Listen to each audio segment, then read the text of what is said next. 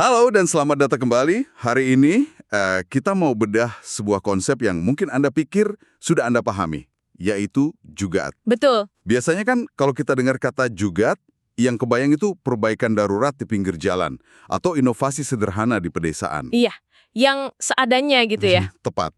Tapi, di mana kalau saya bilang bahwa filosofi yang sama persis ini dipakai untuk membangun kerajaan bisnis yang nilainya miliaran dolar? Nah, itu dia. Itu pergeseran perspektif yang sangat besar. Sumber kita hari ini adalah sebuah bab yang sangat provokatif, judulnya Crow Practice, The Juga Guide to Making Billions. Misi kita kali ini sederhana. Kita mau cari tahu gimana para taipan raksasa di India itu pakai mentalitas jugat. Yang sering dianggap seadanya itu. Betul. Dipakai untuk ambil resiko yang gila, mengatasi krisis yang kelihatannya mustahil, dan akhirnya, ya, mendominasi pasar. Oke, mari kita bedah ini. Karena Anda akan dengar kisah-kisah keputusan bisnis yang nekat banyak, dan solusi yang benar-benar di luar nalar. Yang menarik di sini itu, bab ini seolah-olah memaksa kita mendefinisikan ulang jugaat. Ini bukan lagi soal bertahan hidup, tapi soal menaklukkan. Oke. Jadi pertanyaan kuncinya kan, apa sih sebetulnya arti jugaat buat seorang miliarder? Apa ini cuma sekedar akal-akalan yang skalanya diperbesar? Atau ini sebuah strategi bisnis yang sangat fleksibel dan efektif? Apalagi di lingkungan yang penuh ketidakpastian. Karena pola pikir yang sama, ternyata bisa diterapkan dalam skala yang sangat beda dari, katakanlah, benerin radiator mobil pakai permen karet, sampai menyelamatkan perusahaan multinasional dari jurang kebangkrutan. Mari kita mulai dengan tokoh utamanya ya. Namanya Kak Modi, seorang miliarder yang secara terang-terangan bilang kalau jugat itu filosofi bisnisnya. Betul, dia sangat vokal soal ini. Menurut dia, jugat itu bukan soal cari solusi terbaik atau yang paling elegan, bukan. Tapi soal cari solusi yang penting bikin hidup, atau dalam kasus ini, bisnis tetap jalan. Yang penting jalan dulu. Nah, ini soal fleksibilitas, optimisme buta yang bilang pasti bisa, dan tekad baja untuk berhasil, walaupun harus lawan birokrasi, korupsi, atau rintangan apapun. Dan dia langsung membuktikan itu dengan aksi yang luar biasa nekat. Tepat sekali. Kisah paling terkenalnya itu waktu dia beli Godfrey Phillips, anak perusahaan Philip Morris di India tahun 1979. Ini perlu dikasih konteks sedikit. Iya, betul. Jadi, Anda perlu tahu Philip Morris sendiri itu udah angkat tangan. Mereka anggap bisnisnya gagal total. Siap-siap cabut. Udah mau ditinggalin? Iya. Tapi Modi datang dan beli perusahaan itu. Dan yang paling gila, dia melakukannya hampir tanpa riset mendalam atau due diligence. Sama sekali. Dia cuma berpegang pada keyakinan, saya pasti akan menemukan cara untuk berhasil. Sebuah keyakinan yang langsung diuji habis-habisan. Oh, tentu saja. Tindakan pertamanya setelah ambil alih, dia langsung pecat manajer pabrik yang sudah kerja di sana 20 tahun. Wow. Alasannya sederhana, manajer itu terlalu pesimis. Boleh saya potong sebentar? Ini poin yang krusial banget. Silakan. Tindakan itu menunjukkan segalanya tentang filosofi Modi. Buat dia, mentalitas pasti bisa itu jauh lebih berharga dari pengalaman kerja 20 tahun. Dia nggak butuh manajer yang tahu semua masalah, dia butuh orang yang percaya kalau setiap masalah pasti ada solusinya, sekecil apapun kemungkinannya. Anda benar sekali. Dan kepercayaan itu langsung diuji. Nah, disinilah ceritanya jadi sangat menarik. Karena Modi baru sadar kalau perusahaan itu nggak punya uang sama sekali. Oh tidak! Bahkan untuk bayar gaji karyawan dalam 4 hari ke depan pun nggak ada. Jadi dia beli perusahaan sekarat, pecat orang paling pengalaman, dan sekarang menghadapi krisis likuiditas akut dalam hitungan hari. Benar-benar di ujung tanduk. Ini pertaruhan yang luar biasa. Efisiensi biasa atau pinjaman bank standar nggak akan bisa menyelesaikan masalah secepat itu. Dia butuh solusi tidak biasa dan disinilah mindset ala miliarder mulai bermain. Jadi apa yang dia lakukan? Dia langsung ketemu tim pengacaranya. Mereka sisir buku peraturan sampai ke detail terkecil dan nemu sebuah celah hukum yang sangat-sangat kecil. Celah hukum? Iya, sebuah ambiguitas dalam aturan yang secara teori memungkinkan dia untuk menunda pembayaran cukai ke pemerintah. Ini legal, tapi di area abu-abu dan risikonya tinggi sekali. Wah, ini bisa jadi bumerang. Bisa banget. Kalau salah langkah, perusahaannya bisa langsung ditutup. Tapi itu belum selesai. Dia kemudian harus meyakinkan Philip Morris, si induk perusahaan, kalau argumen hukumnya ini bisa diterima, atau istilah dia flyable. Oke. Jadi dia terbang ke Hong Kong, presentasi dan berhasil meyakinkan mereka. Trik hukum itu memberinya waktu napas selama 6 bulan. 6 bulan? 6 bulan. Dalam periode genting itu, dia kerja mati-matian naikin penjualan, efisiensi pabrik. Akhirnya, berhasil. Tunggakan pajak itu bisa dia bayar dalam 6 kali angsuran. Jadi ini bukan sekedar akal-akalan ya. Ini beneran manuver hukum dan finansial yang cerdik di bawah tekanan yang luar biasa. Tepat. Ini menunjukkan definisi juga ada di level korporat. Kemampuan untuk entah gimana caranya menciptakan jalan keluar saat semua pintu konvensional sudah tertutup rapat. Saya jadi penasaran. Keberanian seperti itu, beli perusahaan gagal tanpa riset, pecat manajer senior, mempertaruhkan segalanya pada celah hukum, itu kan nggak datang dari buku bisnis ya? Tidak sama sekali. Apakah sumbernya menyebutkan dari mana mentalitas nekat seperti ini terbentuk? Ada. Dan jawabannya seperti yang sering terjadi, datang dari pengalaman masa kecil. Ada satu cerita yang sangat membentuk cara berpikir Modi. Oh iya, Dulu keluarganya lagi persiapan pesta pernikahan besar. Tapi beberapa hari sebelum acara, mereka kena bencana. Pasokan susu untuk bikin manisan ladu nggak cukup. oke. Di budaya mereka, ini aib besar yang bisa mempermalukan keluarga. Krisis manisan. Kedengarannya sepele, tapi saya bisa bayangkan tekanannya. Tepat. Ayah Modi kemudian panggil manajer pabrik tebunya, namanya Saduram, dan kasih tugas mustahil. Temukan ratusan galon susu dalam 2 hari. Manajer pabrik tebu. Iya. Perlu diingat, Saduram ini nggak tahu apa-apa soal peternakan sapi atau industri susu. Tapi tanpa ragu sedikit pun, dia bilang, "Jangan khawatir Tuan, saya akan sediakan." Janji dulu, cari cara kemudian. Saya suka gaya ini. Persis. Dan inilah solusi jugatnya. Saduram mendata semua petani tebu yang kerja buat pabriknya. Dia sadar, banyak dari mereka juga pelihara beberapa ekor sapi buat kebutuhan pribadi. Saya mulai mengerti arahnya. Dia lalu keliling dan bikin kesepakatan sederhana. Dia akan beli semua susu yang mereka hasilkan selama 3 hari ke depan. Dengan mengumpulkan dari ratusan petani kecil, dia berhasil memenuhi kuota. Pernikahan pun terselamatkan. Luar biasa, manajer pabrik tebu tiba-tiba jadi pialang susu dalam semalam. Itu benar-benar esensi dari yang penting beres. Dan pelajaran yang didapat oleh Modi muda itu sangat mendalam. Ternyata ada orang-orang di dunia ini yang bisa bikin janji mustahil dan benar-benar menepatinya. Mentalitas komitmen di atas rencana, ini di mana hasil akhir lebih penting dari proses yang sesuai buku teks, mendarah daging dalam dirinya. Dan yang lebih menarik, pola ini diwariskan ke generasi berikutnya. Anda merujuk pada putranya, Lalit Modi, dan turnamen kriket IPL. Tepat sekali. Tahun 2009 ada krisis besar. Pemerintah India tiba-tiba minta turnamen IPL ditunda karena jadwalnya bentrok dengan pemilu. Jadi personal keamanan nggak cukup. Betul. Membatalkan turnamen akan rugi finansial masif. Menundanya juga bukan pilihan. Karena akan masuk musim panas ekstrim di India, nggak mungkin bisa main. Tunggu. Jadi pilihannya adalah rugi besar atau memindahkan seluruh turnamen internasional ke negara lain dalam waktu kurang dari sebulan. Itu kedengarannya mustahil secara logistik. Kedengarannya memang mustahil, tapi itulah solusi juga yang diambil Lalit Modi. Dalam waktu kurang dari 1 bulan, dia berhasil memindahkan seluruh turnamen, 59 pertandingan, 8 kota, ribuan pemain dan staf ke Afrika Selatan. Gimana caranya?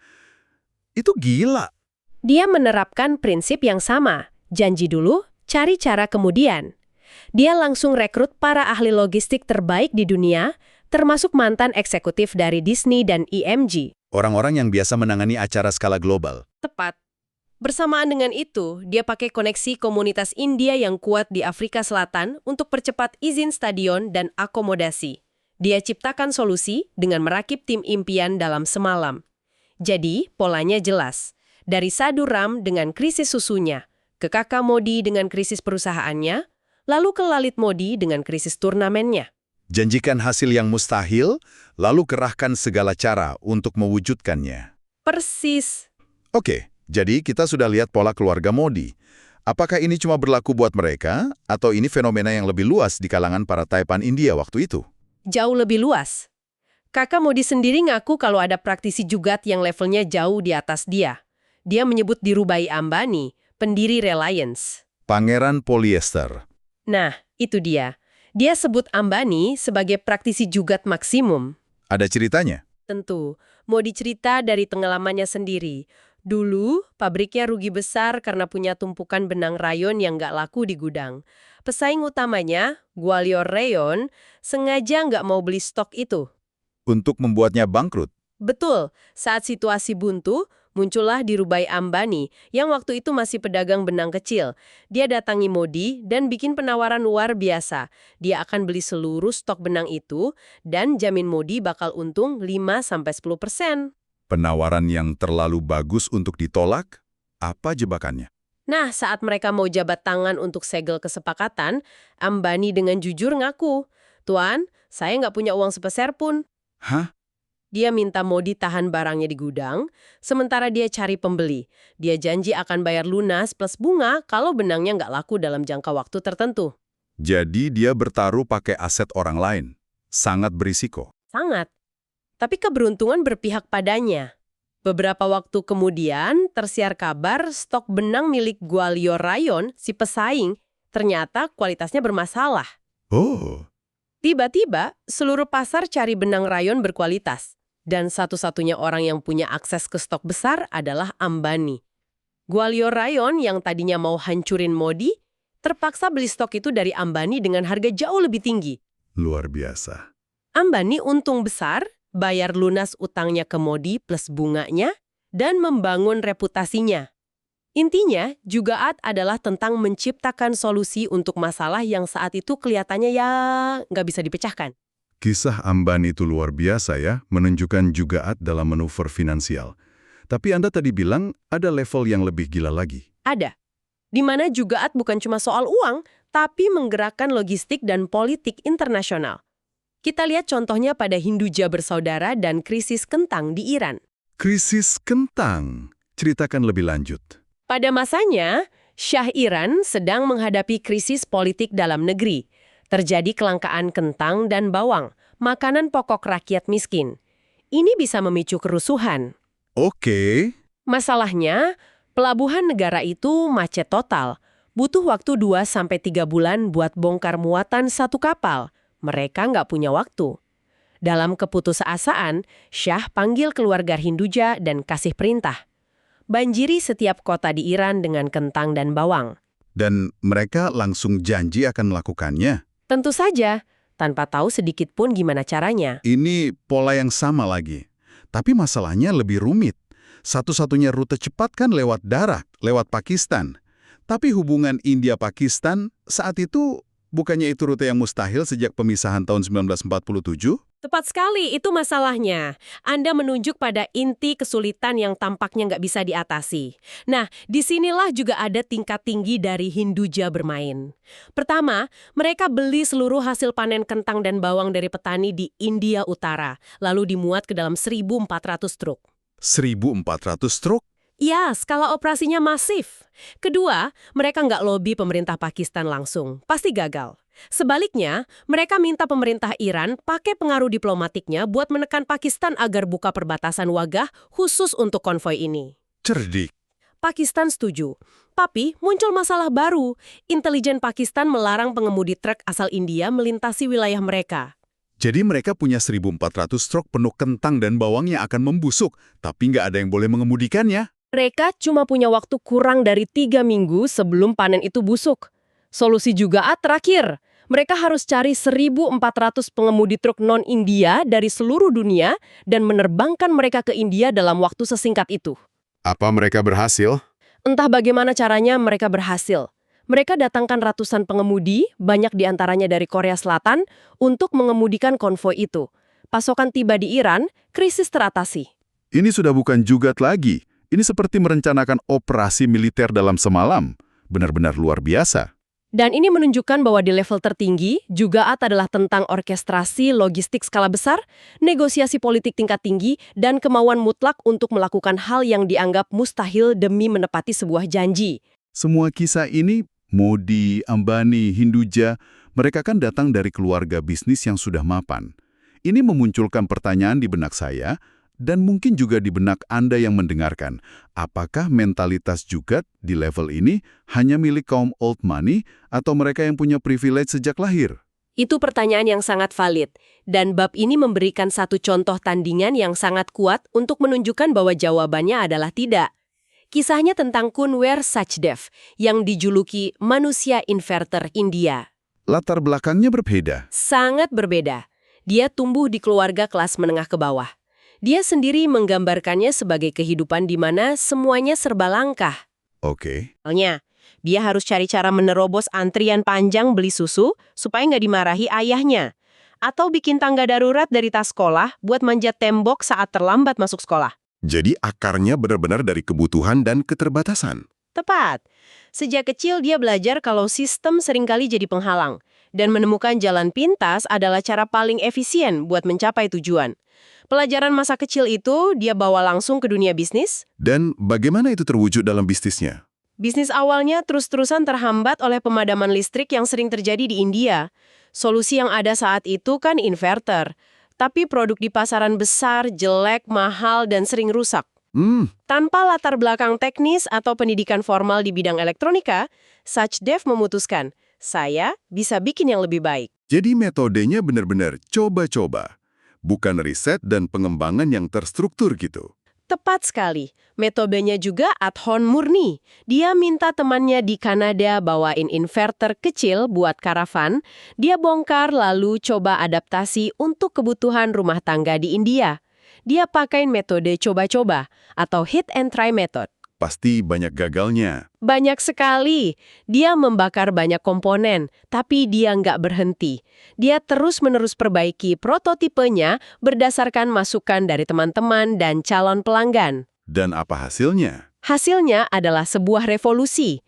Dia berhasil menciptakan inverter yang jauh lebih kecil, lebih ramping, dan yang terpenting, lebih murah karena cuma butuh satu aki, bukan dua seperti model lama. Perusahaannya, Sukam, tumbuh pesat dan jadi salah satu produsen inverter terbesar di dunia. Wow! Kisah Sachdev ini penting banget karena menunjukkan bahwa akar jugat yang lahir dari kelangkaan bisa diskalakan jadi inovasi industri yang masif. Dia adalah jembatan sempurna antara jugat rakyat biasa dengan jugat para miliarder. Jadi, setelah perjalanan bersama para Churorepati ini, apa yang bisa kita simpulkan? Jelas bahwa jugat di dunia mereka itu bukan sekedar improvisasi atau akal-akalan ya. Bukan sama sekali. Ini adalah sebuah filosofi bisnis yang utuh dan sangat berani. Ini tentang keyakinan diri yang hampir nggak terbatas, kemampuan untuk membuat dan menepati janji yang kedengarannya mustahil, dan kelincahan luar biasa untuk menemukan solusi di tengah kekacauan. Benar. Dari Keke Modi yang menyelamatkan perusahaannya dengan celah hukum, sampai Hinduja yang mengorganisir konvoi truk transnasional, polanya selalu sama. Mereka lihat masalah itu bukan sebagai tembok penghalang. Sebuah cara pandang yang sangat kuat. Sangat kuat. Kisah-kisah ini menunjukkan kekuatan luar biasa dari fleksibilitas, ketekunan, dan keberanian untuk berpikir di luar kebiasaan. Tapi, ini juga memunculkan satu pertanyaan penting yang lebih dalam, sesuatu untuk Anda renungkan setelah ini.